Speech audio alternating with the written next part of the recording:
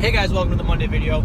Today we're actually going to be on the road all day. I'm going down to training in Kansas City, Missouri for a Toyota electrical class, so I'm going to be on the road all day, and I was trying to think of something fun that I could do for this Monday discussion video. So what I'm going to do, just to kind of pass the time, we're about a half an hour into an 8-hour drive, and I just went over the one hill in North Dakota, so it's going to be a pretty boring drive. I'm going to stay on the same road basically the entire way there. So what I'm going to do is every hour I'm going to read one of the comments from a previous video and just give you my thoughts on that comment. So it should be kind of entertaining Monday discussion video. I'll see you guys in exactly an hour.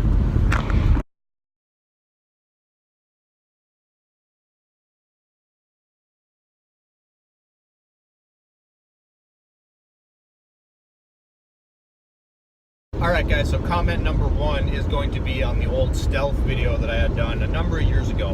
One of my first videos, but one of the cooler cars I've got to review. Cringeworthy factor, once again, up there quite a bit. Anyway, one of the comments that I saw on there was, in the video I said, it was during the DSM era, but it's not a DSM. Somebody commented and said, not a DSM? Rev band? You obviously don't know what you're talking about. Come on, bro. Now, this is the internet, you guys. You kind of have to have a thick skin. If you know anything about those cars, you know that it clearly isn't a DSM. DSM was Diamond Star Motors, which was strictly an American-sourced company. All those cars were made in America, and it was the Laser, the Talon, and the Eclipse. The 3000 GT and the Stealth were made in Japan. They were not part of Diamond Star Motors. That was specifically the Eclipse platform. So whatever. Anyway, you gotta take these things with a grain of salt. The guy was obviously just being a jerk. And luckily for me, like 7 people commented and just kind of attacked him in the comments. So that was great. So that was number one. We're about 120 miles into this drive. So I'm gonna get back to it, and then I'll see you guys in another hour.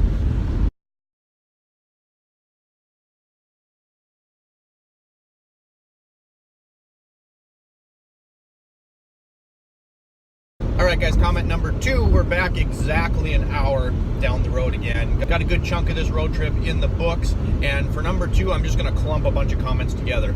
I put a video out a while back when we had a new Toyota Helix, potato, in the shop. And what I just said with the name pronunciation is exactly what these comments were about. That video blew up more than I thought it would. Apparently there's a lot of guys in the States, including myself, that want a mid-size diesel pickup here. We're still speculating on why that truck was exactly here. I think the chances might be pretty good that they're trying to get a Toyota with a diesel over here, since the diesels have been kind of creeping their way to the American market into smaller trucks, such as the Eco Diesel, the F-150, more specifically the GMC Canyon. That would be a more direct size comparison. But I said Helix in the video. This is America. I've always said Helix, but it's supposed to be pronounced Hilux, I guess, and I got a lot of flack from comments all over the world, actually, that were telling me that I'm pronouncing the name wrong. I'm well aware that I have a very Americanized pronunciation of some of these vehicles. Nonetheless, that is my second comment, and I think that it would be great to have a Helix in the States. Helix. Alright guys, I'm about 20 minutes late on this one, but for our third comment, we're going back to the Milwaukee fuel and non-fuel ratchet video. I did a tool review / comparison test of the M12 3/8 Milwaukee ratchets, the fuel and the non-fuel. This comment goes to McFly, the fitness guy. Simple one, he said, thanks man, I'm gonna go get the first gen tomorrow. So that's my whole goal when I do those tool reviews. I want you guys to be able to make a decision based on the information that I give you. That's the whole reason I like to do them, and maybe because I like tools too. We're about halfway to our destination now, you guys, and I feel like I've been in this car forever, and my back feels like I just want to like pull my spine out and throw it out the window, because these seats are pretty comfortable, but my back still is not loving this. So we're gonna get back to it.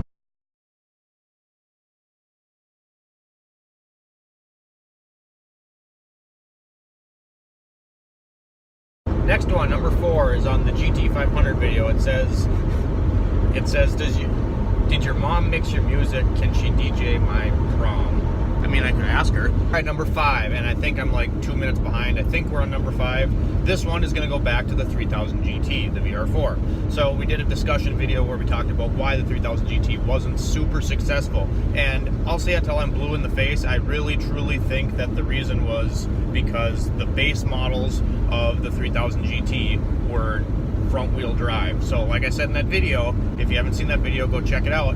But they didn't come with a good platform for anybody who couldn't afford the VR4 variant. The base model ones were front wheel drive cars that basically no one wanted. But VR4 is a 3000 GT, that's the top trim level, and that's where this comment came in.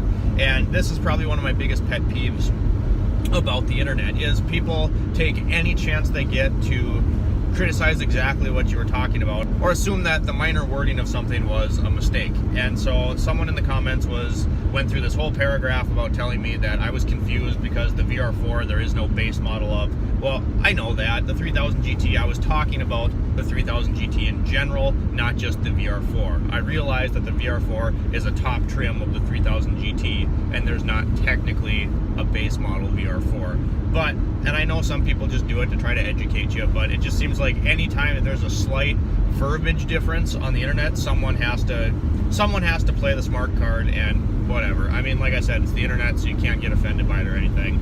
Update though, my spine still wants to come right out of my back, but we're nearing the 200 mile mark, and once I get under 200 miles, I'll feel like I'm close to done. So, see you in an hour.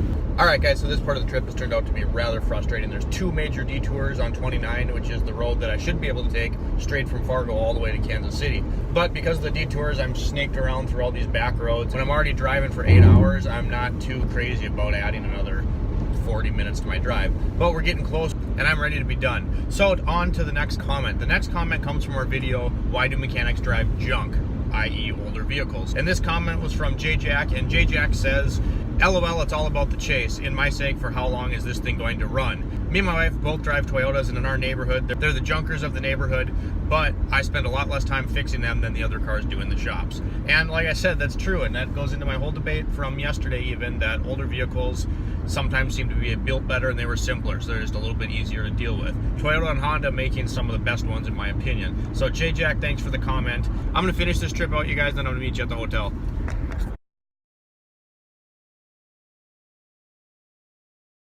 I just saw a dead opossum. Or was he dead?